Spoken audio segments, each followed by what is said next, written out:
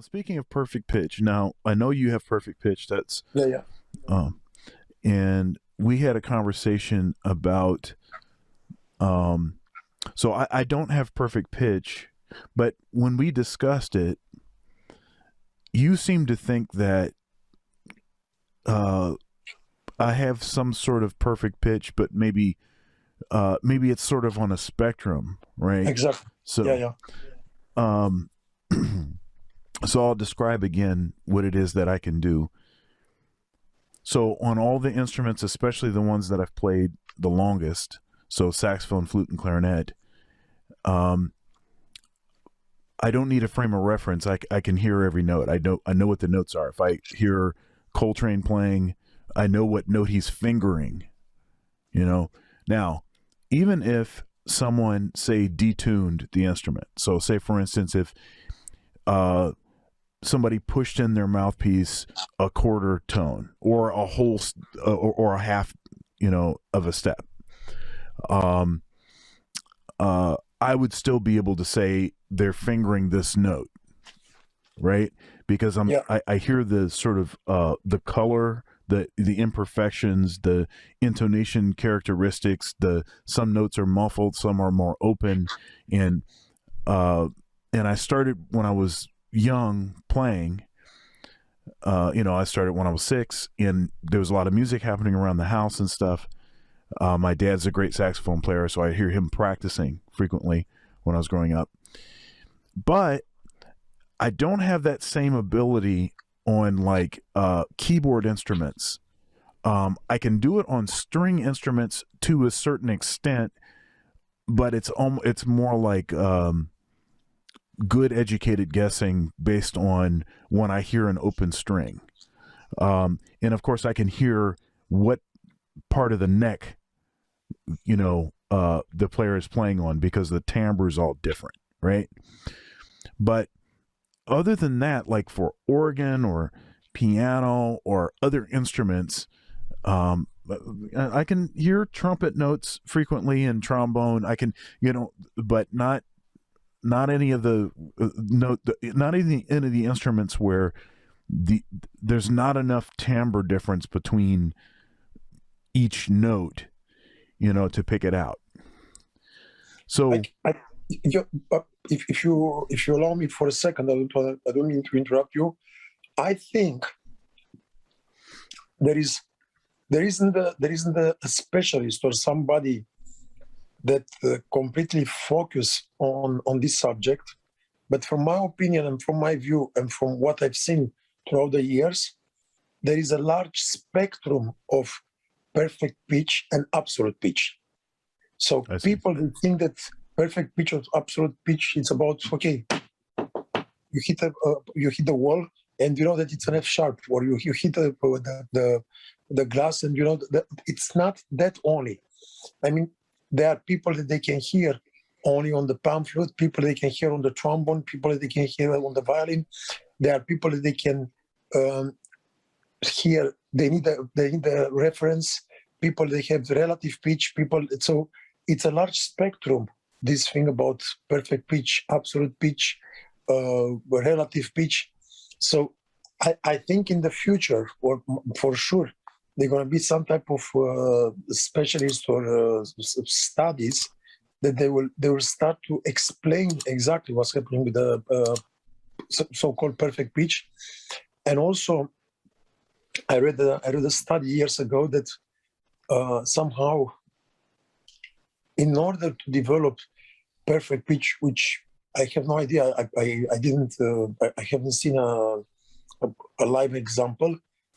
A kid would have to be exposed to music before the age of 3. Yeah. Who is what's my man's name? Oh, it'll come to me. I interviewed him. He's got a huge YouTube channel. Let's see here. He plays guitars, been a songwriter for years. Rick Beato. Mm-hmm. So Rick Beato, he's got his son. Years ago, when his son was, still pretty young, he would do all of these videos where he's having his son do all these acrobatic hearing things. It's just, I mean, it's quite impressive. I mean, he's playing all over the piano. He's playing cluster chords. He's doing all kinds of things. He's having him sing the individual notes that are, I think I've and seen say it. the name. Yeah. And so, the way that he did that, he had sort of done his research and figured that, okay, I think I can actually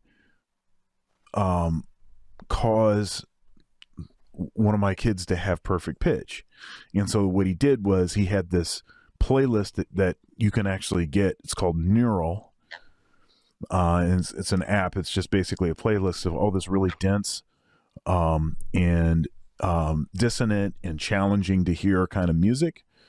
And what he did is he played that music when his son was below a certain age, and he did it frequently. The playlist was happening over and over and over.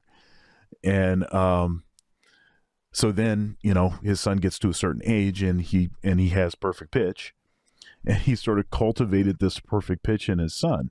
He himself doesn't have perfect pitch, but he thought that it would be an asset for a musician to have perfect pitch, and so he figured out how to sort of push that, which is pretty genius.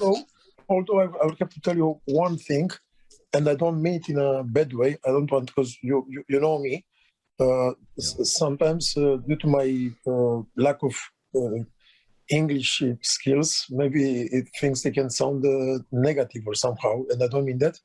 Although I met a lot of musicians, especially in the Roma cultures, where they have amazing freaking perfect pitch, and they end up having a shitty musical career or not being such a great musicians. Yeah. It's not only about the perfect pitch. Right. And I know people, they have no idea about pitch, and there are some amazing musicians because they have they have years of practicing, and they didn't let everything just on the hands of God. Okay, I have perfect pitch and everything is going to be perfect just because I have perfect pitch. Right. I have one of my best friends, Doug Pierce. I interviewed him also. Is a terrific musician, great composer, arranger, great trumpet player. He's got perfect pitch, and I've asked him a lot of questions. We've had several conversations about his perception of pitch and what aspects of musicianship were necessary for him to really, really lean in on and develop. Some musicians I've talked to, and there'd be fabulous, terrific musicians, and they never developed this sort of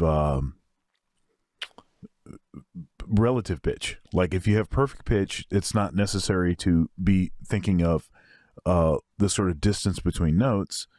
And one challenge is if I have perfect pitch and I'm teaching one of my students and they don't have perfect pitch, and I'm trying to help them to hear better, if I never had to go through a certain process of figuring out, how to use a reference point to develop, if I never had to do that, then it's not going to be something that I'm going to be able to teach.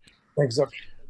And when I was talking to my friend Doug, and that's something that he actually intentionally tried to deconstruct and develop so that he would, have that capability. But yeah, it's a sort of interesting thing. And then there's the whole detuning problem. Detuning a keyboard for a keyboard player that has perfect pitch, is like a weird thing. It's like, oh, wait a minute, that's supposed to be B flat. Oh, it's not B flat. What's going on? Yeah, it can be painful. It can be really painful for some people. Yeah. I mean, it's not. Music can become painful in certain situations, if you have perfect pitch and you don't know how to shut up your perfect pitch. Mm. I met lots of people like that, and it can drive them really crazy. But my point is that for some people it can be, and it is a gift, of course. It is a gift like everything else that we receive from God, and sometimes we don't appreciate it. That's included myself. Mm. But as we receive this gift, as also receive two eyes, one nose, brain, and 10 fingers, and other amazing skills, if you do not put this skill to use, you don't get great results.